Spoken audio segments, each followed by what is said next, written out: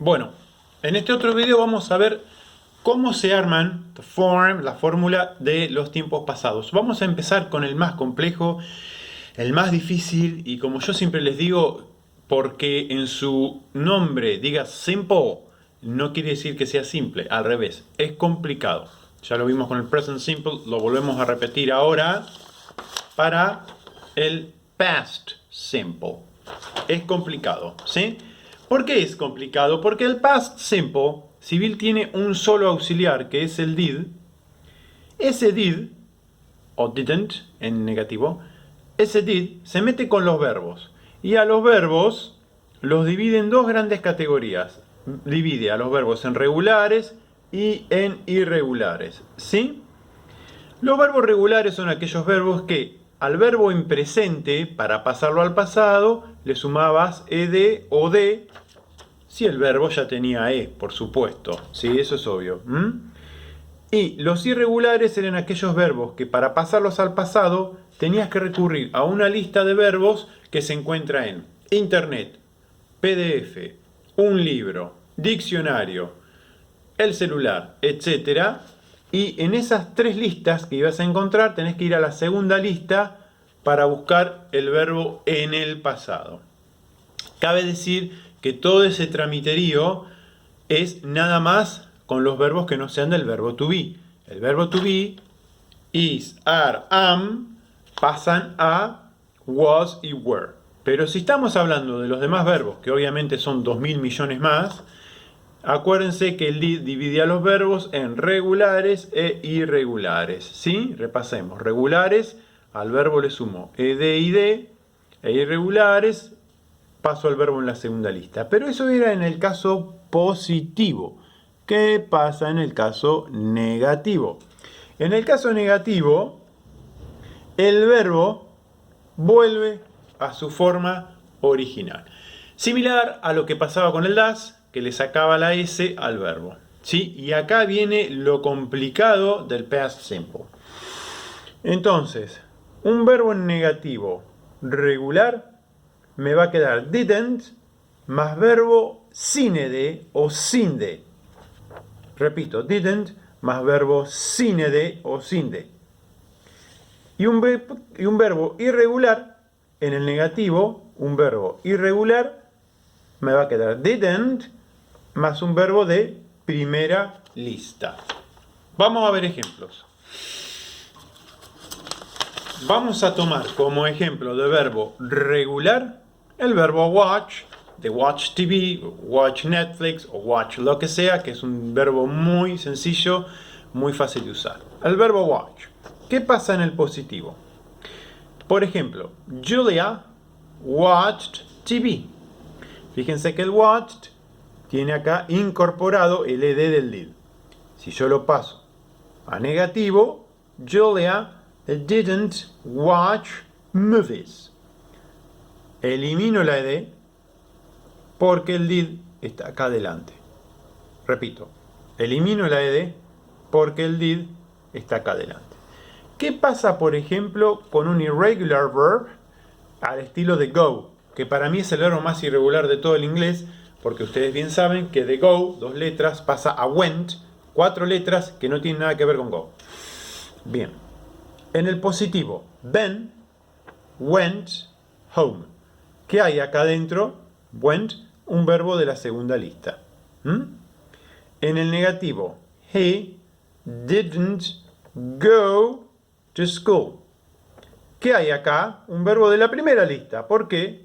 Porque el did está afuera. Eso es lo principal que se tienen que acordar.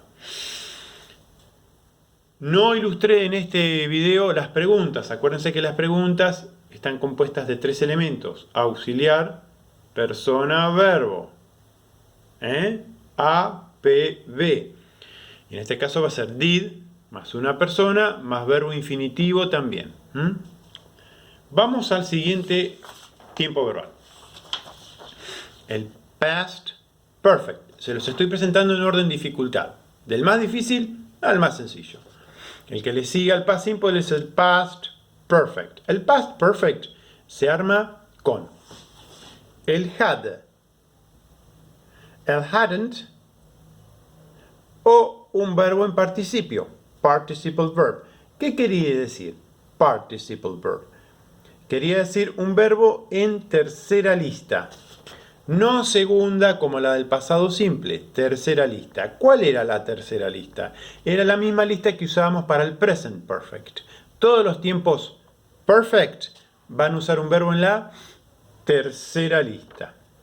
¿Sí? Acá les doy ejemplos. Regular, obviamente seguimos con la misma categoría, regular e irregular. Regular. She had studied a lot for the test. She passed. Por cada ejemplo en pasado perfecto les incluí un pequeñito ejemplo, una colita de pasado simple, para que vean cómo se concatenan los hechos, como vimos en el video anterior de los usos. She had studied a lot for the test. She passed. Ella había estudiado un montón para la prueba. Ella aprobó. Parte de past perfect, had studied. El had más un verbo en pasado. Otro ejemplo en negativo, les tiro. She hadn't trained hard enough for the marathon. She couldn't finish it. Parte de pasado perfecto, hadn't trained. No había entrenado. Ella no había entrenado lo suficientemente duro para la maratón. Ella no la pudo terminar. ¿Sí? Hadn't trained.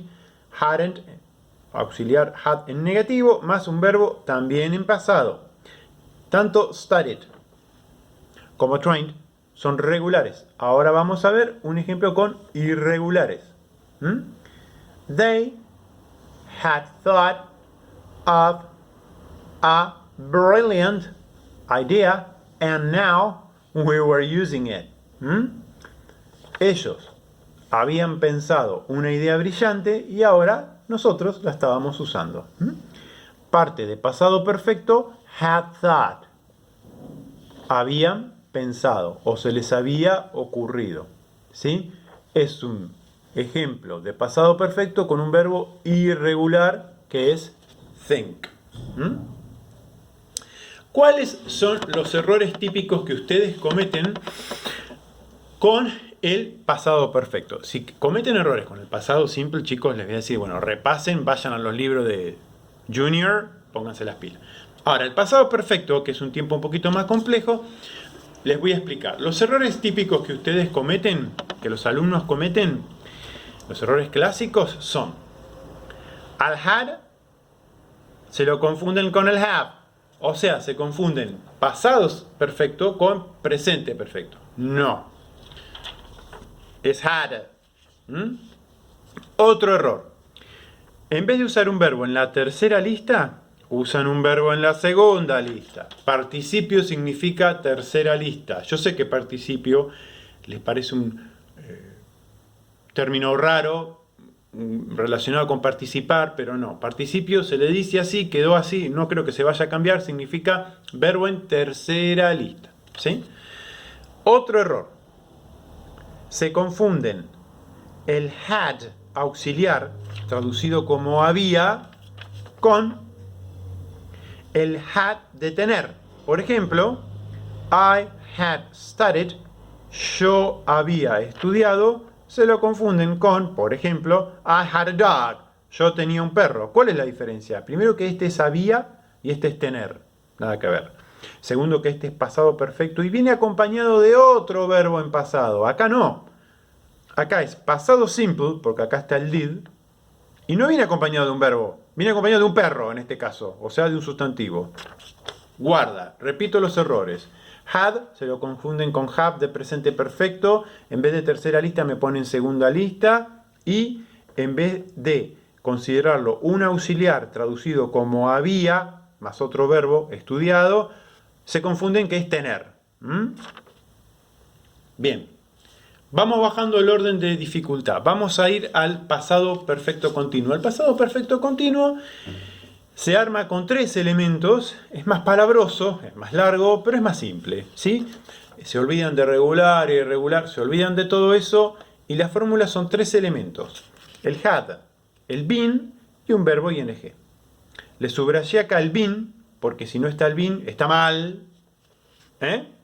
Y les remarqué acá con círculo el ing, porque si no está el ing y es un tiempo continuous, está mal. ¿Sí? ¿Qué función cumple el been? Lo vimos en presente perfecto continuo en los videos anteriores. Es sido. Había sido o había estado.